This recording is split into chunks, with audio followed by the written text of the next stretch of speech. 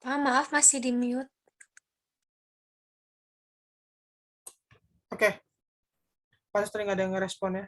Oke, kita akan belajar tentang komunikasi efektif. Jadi komunikasi efektif ini adalah proses membagi pesan di antara orang-orang yang melalui perilaku verbal dan nonverbal.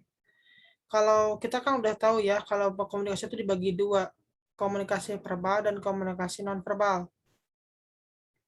Nah, komunikasi efektif itu adalah proses membagi pesan agar pesan yang disampaikan itu tidak mengalami kesalahpahaman. Itu kesalahpahaman dalam berbagai hal, entah itu dari makna, pengucapan, atau yang lain sebagainya. Oke. Nah, komunikasi yang efektif dapat terjadi jika pesan yang disampaikan oleh penyampai pesan dapat diterima secara umum oleh penerima pesan, sehingga tidak akan terjadi kesalahpahaman di antara keduanya. Kalau kemarin kita belajar proses komunikasi, who says what, in which channel to who will with what effect, itu baru proses komunikasinya. Belum ke penyampaian pesan itu. Sekarang kita akan mulai bagaimana si pesan itu disampaikan atau tersampaikan secara umum atau sesuai dengan pemahaman si komunikatornya. Jadi pesannya sampai dan tidak ada kesalahpahaman sama sekali. Itulah komunikasi efektif secara umum. Nah,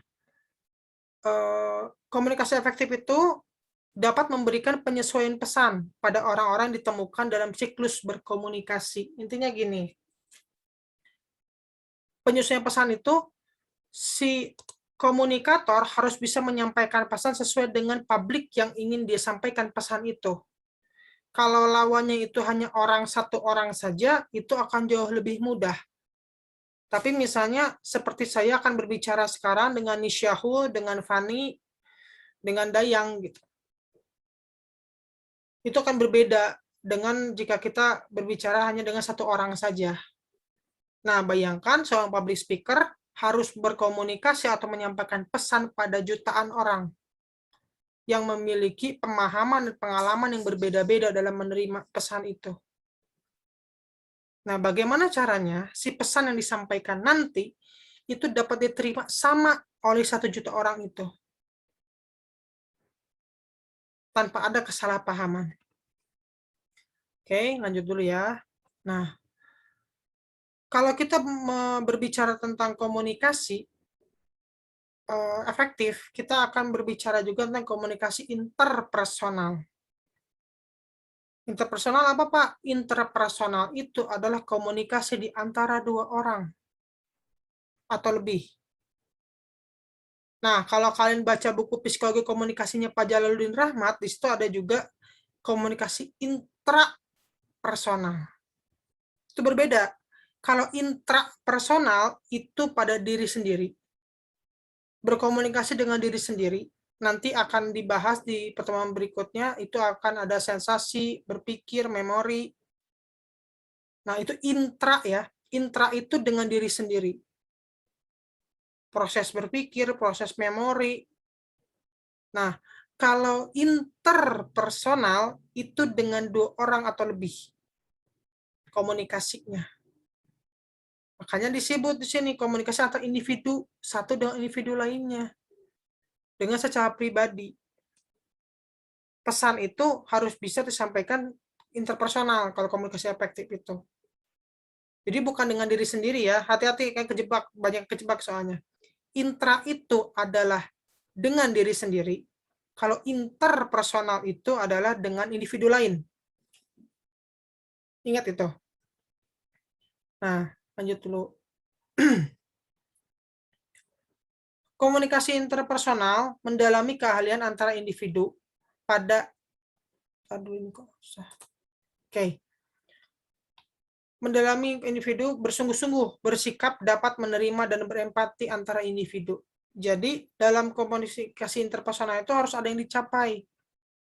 Bersungguh-sungguh ini dalam artian pesan itu dapat disampaikan secara sama sehingga nanti sikap yang diterima oleh penerima pesan pun sama yang diharapkan oleh penyampai pesan. Makanya di sini ada saya kata berempati. Ada perilaku yang ingin dicapai oleh sang komunikator dalam komunikasi interpersonal. Nah, baru kalau kalian udah tahu bedanya interpersonal dan intrapersonal, baru kita masuk ke komunikasi efektif.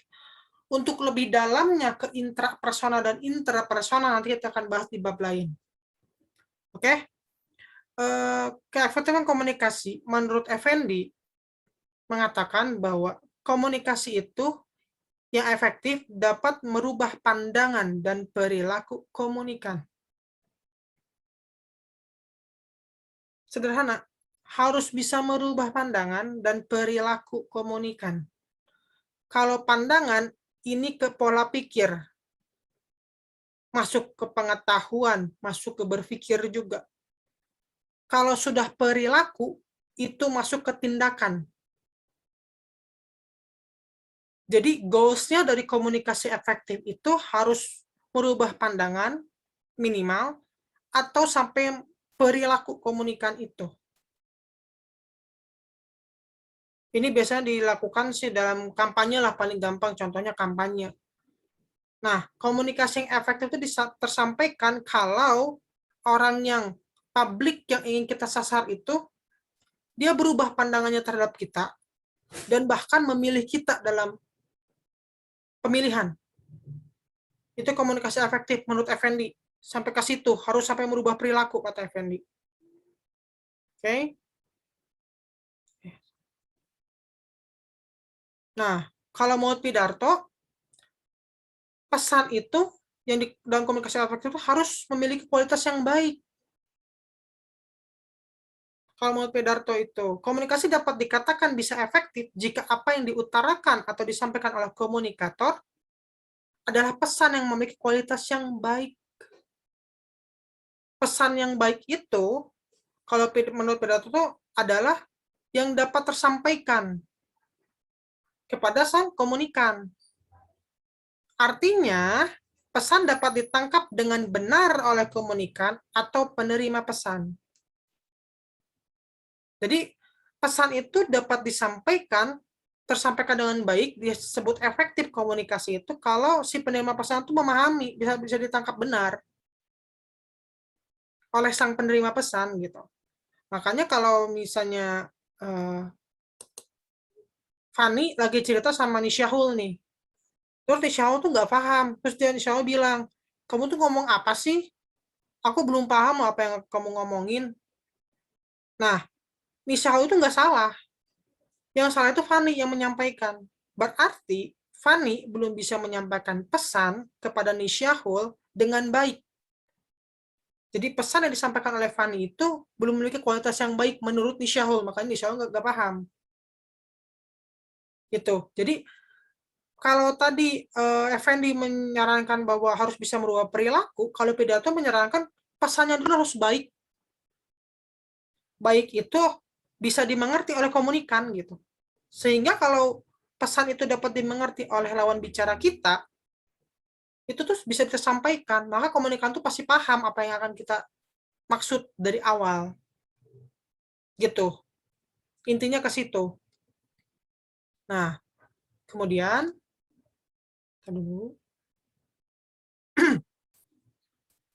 proses komunikasinya.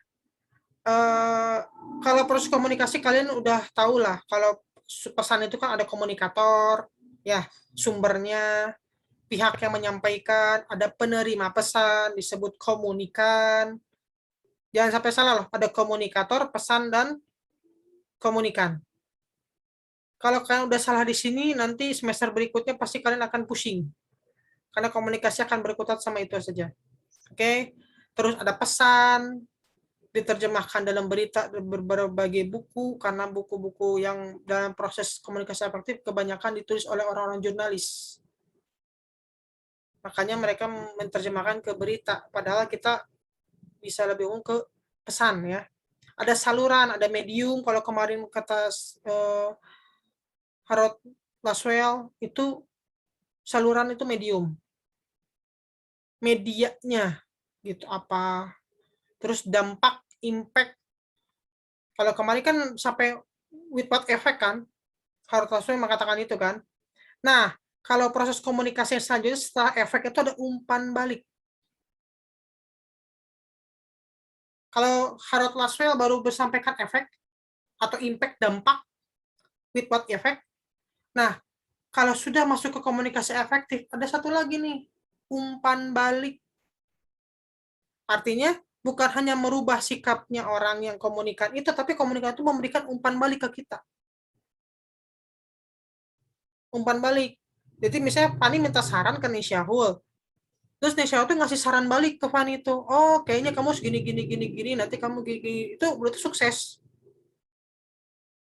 Kalau Nisyahul sudah memberikan umpan balik ke Fani, itu sudah merubah perilakunya Nisyahul, memahami apa isi pesan yang Fani sampaikan, dan memberikan umpan balik yang sesuai dengan kebutuhannya Fani.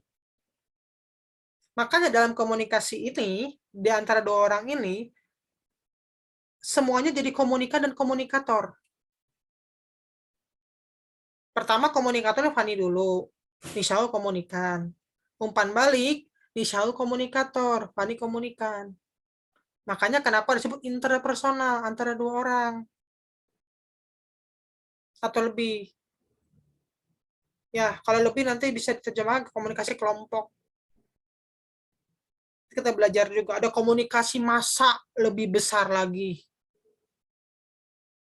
dari kelompok. Kalau kelompok hanya kelompok-kelompok grup kecil. Kalau massa udah luar biasa besar lagi. Nanti kita terjemahkan lagi ke berbagai macam. Intinya ke situ. Kalau kemarin kalian baru belajar satu garis komunikasi itu, nah sekarang udah belajar dua nih. Jadi ternyata si komunikator juga bisa jadi komunikan loh. Dan komunikan bisa jadi komunikator. Tergantung bagaimana situasi komunikasi itu. Begitu. Jadi kalian nanti kalau udah bisa mulai melihat nih, oh tar dulu nih, kalau dia ngomong berarti dia lagi komunikan, ini yang dibahas pesannya. Ketika dia jadi komunikatornya siapa? Terus dia bolak-balik. Pesan kan sebenarnya seperti itu kan. Nah, jadi kalian udah mulai harus uh, masuk ke tahap selanjutnya gitu. Ini kalau cara melakukan komunikasi efektif menurut Wibowo Scrum, kalian bisa baca saja. Sama aja sama yang tadi di itu, pesan itu harus direncanakan sebagai macamnya, sama kalian bisa baca di modul. Ya, ada ini definisi keriangan yang juga kalian bisa baca di modul. Nah, ini bentuk-bentuk hambatannya. Nah, komunikasi itu pasti punya hambatan. Hambatan itu ada sesuatu yang membuat pesan yang disampaikan menjadi tidak sesuai dengan apa yang diinginkan oleh komunikator. Dan itu harus kita pikirkan. Pertama, fisik. Tempatnya seperti apa? Tempat berkomunikasinya. Misal gini, nih Shaul pengen curhat ke Fani, tapi di pasar. Kan tempatnya tidak memadai. Yakin bisa tersampaikan pesan itu dengan baik. Meskipun pesan itu mungkin bersifat umum, orang lain boleh dengar, tapi apakah bisa tersampaikan dengan baik oleh ke Fani? Kalau tempatnya bisa di pasar, atau mungkin Fani lagi di jalan, insya Allah langsung telepon, aku mau cerita sekarang dong.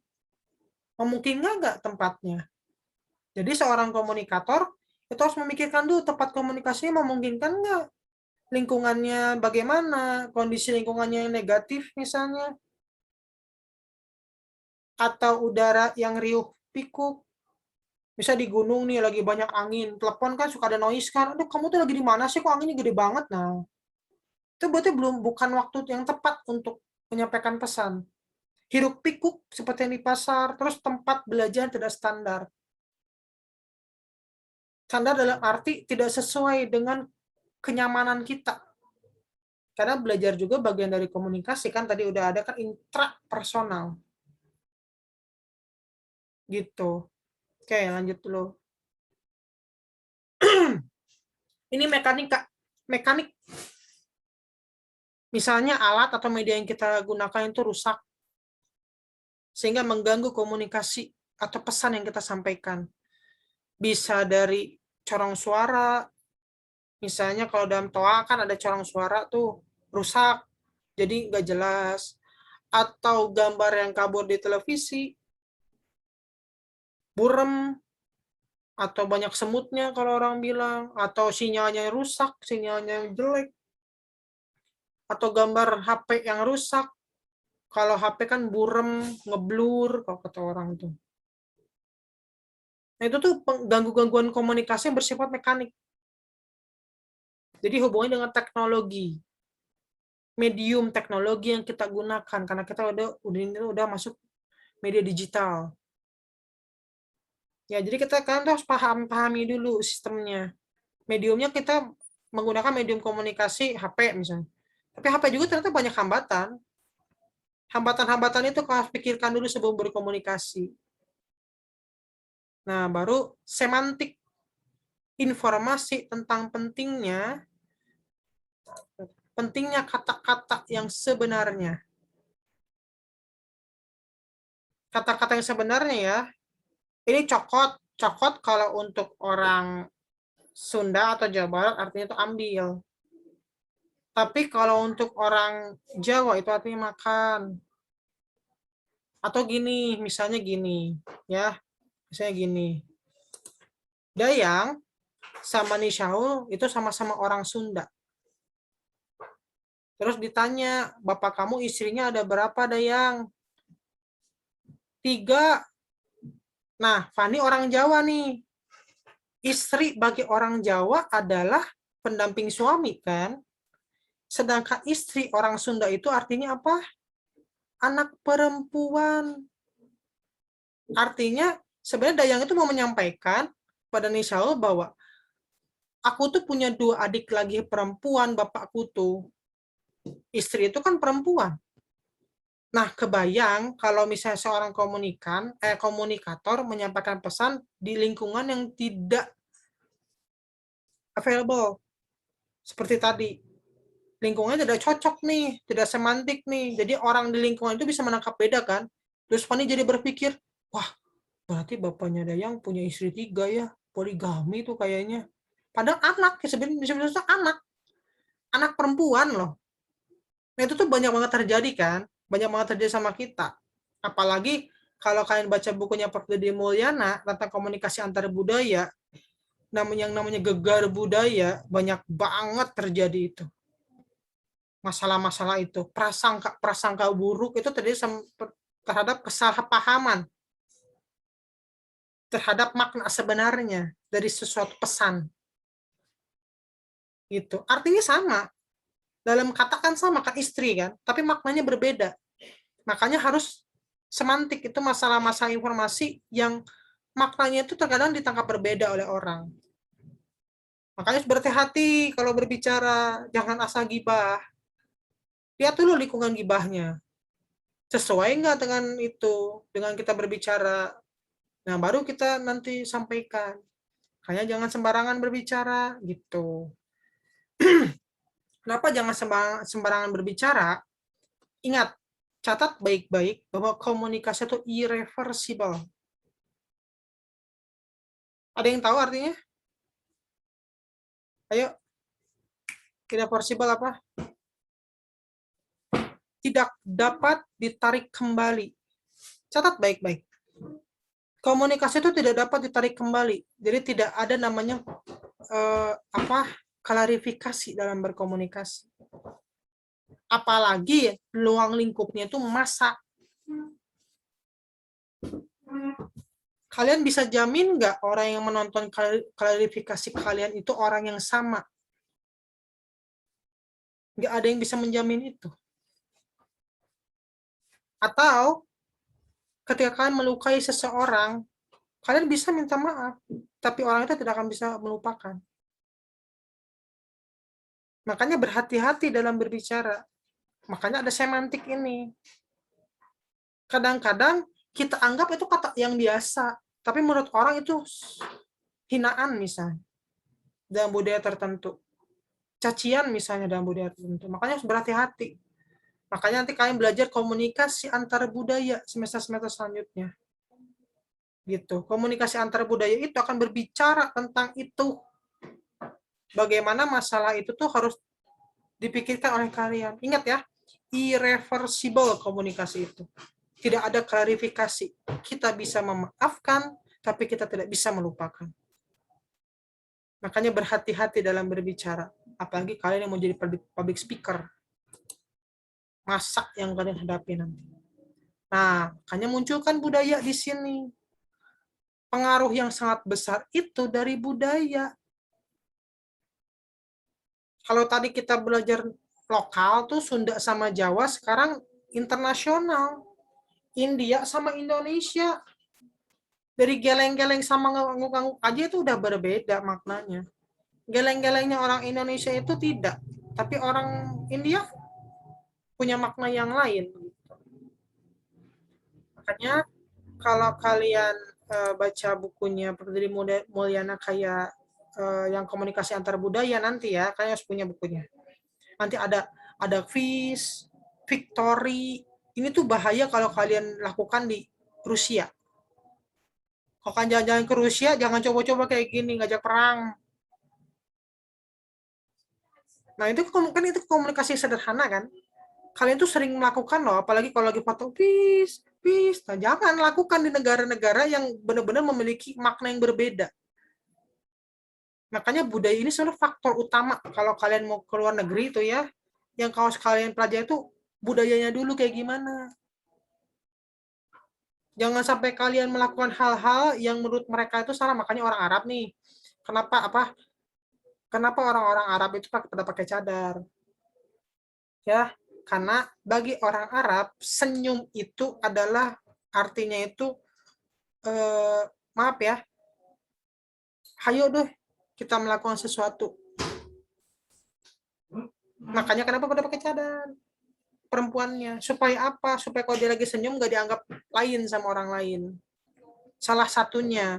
Makanya kenapa orang kita banyak yang dihajar di sana karena kan orang kita kan apa senyum ya, murah senyum. Kalau orang Indonesia dikiranya kalau kita senyum ke atasan yang di sana atau misalnya kita jadi pembantu di sana terus senyum ke majikan itu tuh hal yang lumrah. Di sana tuh beda. Makanya banyak yang dihajar kan. Nah, itu tuh kasus-kasus budaya itu tuh. Bahwa komunikasi itu maknanya harus sesuai loh gitu dengan apa yang ingin disampaikan gitu. Ya. Oke. Nah, terakhir ini kepentingan. Fokusnya mau kemana? Makanya saya bilang, sebagai seorang komunikator itu kalian harus punya kepentingan. Fokusnya ada di mana sih? Kalian tuh berkomunikasi mau apa sih? Tujuannya apa? Ada kepentingan tertentu kan pastinya. Seorang komunikator tuh kalau berkomunikasi bukan asal ngomong, enggak. Harus ada tujuan tertentu. Ada goals yang ingin dicapai. Gitu. Ya, sisanya kalian bisa baca di itu. Ini ada inspirasi, ada motivasi. Nih, ada motivasi nih, terakhir hambatannya. Taruh ya. Taruh. Bisa. Udah berlima ya? Oke. Ya, jadi ini ada motivasi. Ada motivasi di sini. Ini apa ya? Oke. Ada motivasi. Nah, ini inspirasi atau motivasi. Kenapa sih orang itu motivasi atau inspirasi yang bisa menjadi hambatan bagi komunikasi? Ingat, manusia itu berubah. Ya, Fani ngomong ke Dayang hari ini satu topik yang sama itu belum tentu ditangkap sama oleh Dayang kalau Fani ngomongnya setahun kemudian. Karena apa? Karena manusia itu berubah. Motivasi seseorang terhadap sesuatu itu berubah. Mungkin Dayang ketika ngomong sama Fani hari ini dia expert banget atau apa ya, simpati banget atau dia benar-benar sedang mengalami hal yang sama seperti Fani alami. Tapi ketika Fani ngomong sama Dayang setahun kemudian misalnya tentang topik yang sama, Dayang sudah berubah. udah ada hal yang lain yang Dayang pikirkan, yang Dayang alami. Akhirnya pesannya tidak ditangkap sama. Itu hambatan bagi komunikasi juga. Jadi kalian harus memikirkan sampai ke detail seperti itu dalam sebelum kalian berbicara. Makanya ada perencanaan pesan komunikasi. Bayangin nggak kalian mau ngomong aja direncanain sampai sedetail itu. Ini baru antara 2 orang loh, interpersonal aja loh. Belum nanti ke kelompok. Belum nanti ke masa. Masa udah jutaan. Gimana coba kalian nanti ngomong depan orang jutaan, dan terus kalian mikirkan sampai ke sedetail ini. Makanya yang disebut public speaker itu luar biasa. Bung Karno itu luar biasa. Gitu. Salah satu contohnya. Nah, terakhir ini, prasangka. Yang tadi saya bilang. Prasangka gangguan bias yang hubungannya dengan kepercayaan. Kalau Fanny udah nggak percaya sama Dayang, mau Dayang ngomong apapun nggak akan dipercaya. Kalau Fanny udah nggak percaya sama Dayang ya, Dayang mau ngomong apapun ke Fanny, Fanny nggak akan percaya. Itu prasangka. Artinya kepercayaan atau sentimen negatif. Ini yang paling sering. Karena orang itu melihat individu lain itu hanya melihat fisik. Benar kan? Hanya melihat fisik. Pasti gini, itu mah kayak orangnya nggak bisa ngomong atau gimana sih? Ini kayaknya anak-anaknya galak tuh, nggak enak banget nih ngomong sama saya. Manusia tuh pasti udah punya prasangka buruk terhadap sesuatu. Disadari atau tidak, suka atau tidak, itulah sifat manusia. Ada prasangka di sini. Nah, kalau sudah muncul prasangka, sentimen negatif, itu adalah hambatan komunikasi. Lalu, bagaimana cara mengatasinya? Yang harus kalian bangun itu pertama adalah kepercayaan dulu. Kalau orang udah berpikir buruk sama kalian harus bangun kepercayaan dulu. Kalau bahasa orang PR-nya adalah citra. Dibuat dulu kepercayaannya, baru hilang sentimen negatifnya. Meskipun pandangan negatif itu pasti tetap ada. Kan tadi saya udah bilang, kalau orang itu punya kemampuan untuk berpikir, makanya nanti kita akan berbicara. Nah, ini faktor-faktornya nanti kan tinggal baca ya, nanti ada konteks, ada konten, kejelasan, dan segala macamnya. Cuma setengah jam soalnya. Oke, ini pemainan pesan juga kalian bisa baca.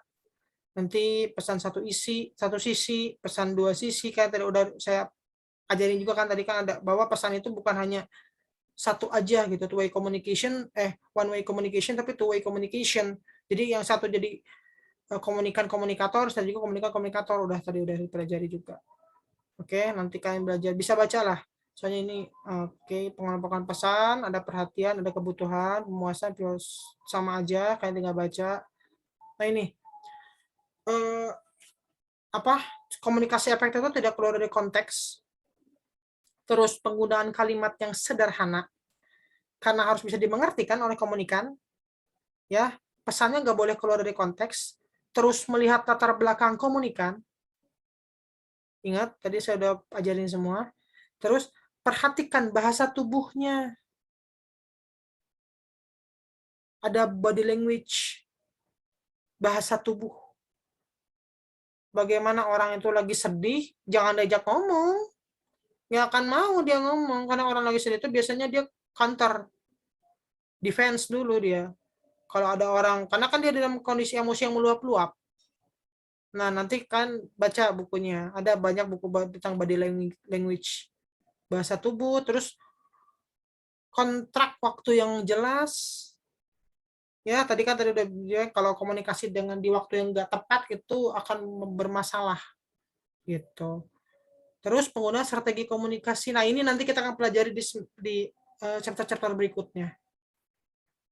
Akhirnya ke strategi komunikasi kan, berarti kita tuh sebagai seorang komunikator harus memiliki strategi komunikasi sebelum kita berbicara dengan komunikan itu. Ya dong, berarti nggak sembarangan loh. Ingat loh, karena ingat komunikasi itu irreversible dan pemanfaatan media komunikasi. Nanti kita akan belajar juga apa sih memilih media komunikasi yang tepat itu bagaimana sih caranya. Terakhir, evaluasi. Untuk mencapai apa? Mencapai data dan konteks dalam kegiatan ilmiah. Nanti kan kakaknya ada penelitian tuh, harus ada evaluasinya sebagai data dan fakta kan, gitu.